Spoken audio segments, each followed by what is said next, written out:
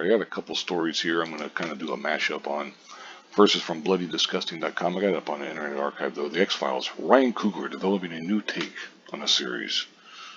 You know what that means, basically. They talk about how it's been 5 years since X-Files wrapped up its unexpected 10th and 11th seasons. Where does the franchise go from here? Talking about the X-Files creator Chris Carter was on the podcast On the Coast with Gloria Makarenko.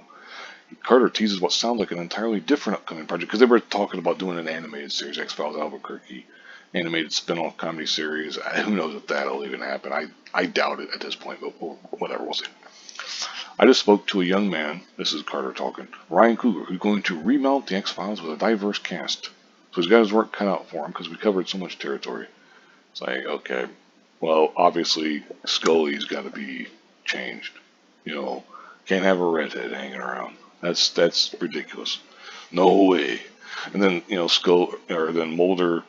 Who knows what they'll do with him? I mean, I imagine that when they say he's gonna remount the X-Files with a diverse cast, I'm assuming that in actuality, what that truly means is all the characters are going to be black, and it's going to be a diverse cast. Because that's their definition of diverse, essentially.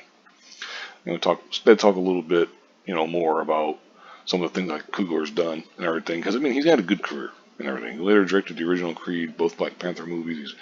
He kind of launched his career with the Fruitvale Station in 2013. Yeah. I mean, the guy's good. I mean, I'm not going to sit here and act like he's some bum or whatever. I don't like the idea of a diverse cast. It's like, man, because we've heard that shit too many times.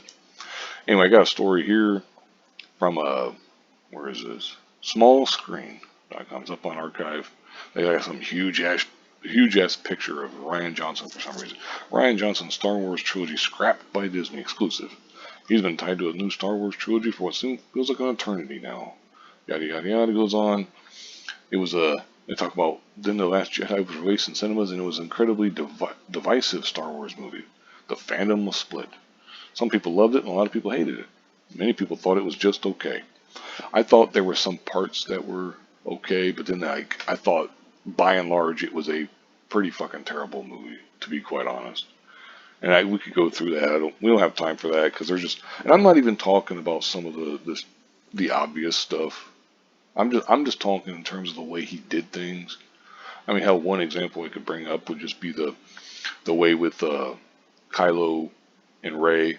He loves to subvert expectations, but then he just does the typical old join me, no, then splits them apart. And it's like, what the fuck are you talking about?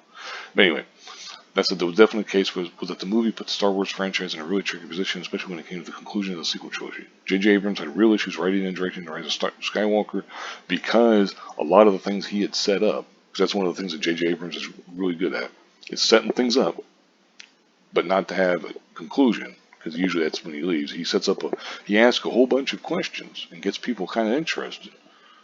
And he did that with episode 7. But then Johnson came along and just fucked everything up, to be quite honest.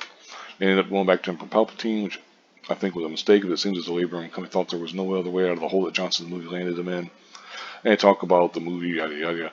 His proposed Star Wars trilogy out the window. It talks about the only other Star Wars movies that are still officially in development were Taika Waititi's movie, the film that lost creator Damon Lindelof was writing, and then Johnson's Star Wars trilogy. Lindelof's gone, so it's Johnson. Taika Waititi's movie probably gonna fucking suck. It's like, and they mentioned up here Patty Jenkins' Rogue Squadron movies and stuff.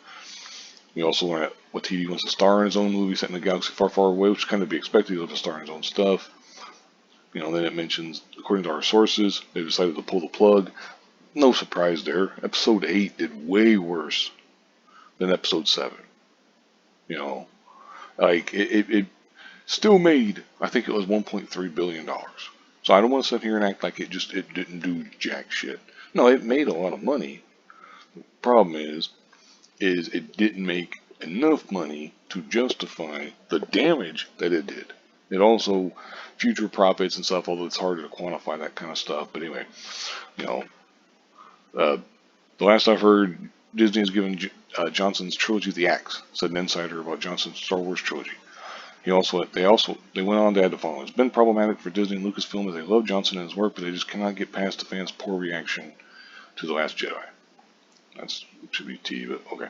The insider added that both parties are in agreement that the best thing to do is to move on and part ways. He's got his Knives Out, movies and stuff, and Rian Johnson is. I think he could be a good director. I just don't think he's a good Star Wars director. For whatever reason, I don't know. Again, this video, hell, I've already gone 5.5 minutes. I plan on not even going that long. But there's a lot of problems with Rian Johnson. But he does know how to do things. It's just, do you want him to do certain things? But anyway, I'll go ahead and wrap this up here. I'll link both these in the description box if you want to read them for yourself. But it's no surprise that his trilogy is gone. Because it's the same with like the Game of Thrones guys and stuff. It's like all these trilogies, all these movies were announced, but then everything got all thrown out of whack. Then the Ryan Coogler doing the X-Files diverse cast stuff, that's just disappointing. Because it's like, what's going to happen. Scully is going to be changed and is not going to be a redhead. Mulder is not going to be a white man. They might do it as a black man.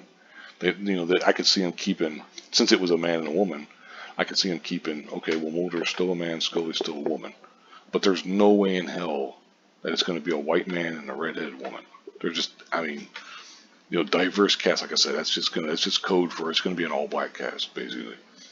But anyway, I suppose we'll see. We'll find out if it actually comes about, because this might not. You never know. But anyway, thank you very much for watching, and have a good one.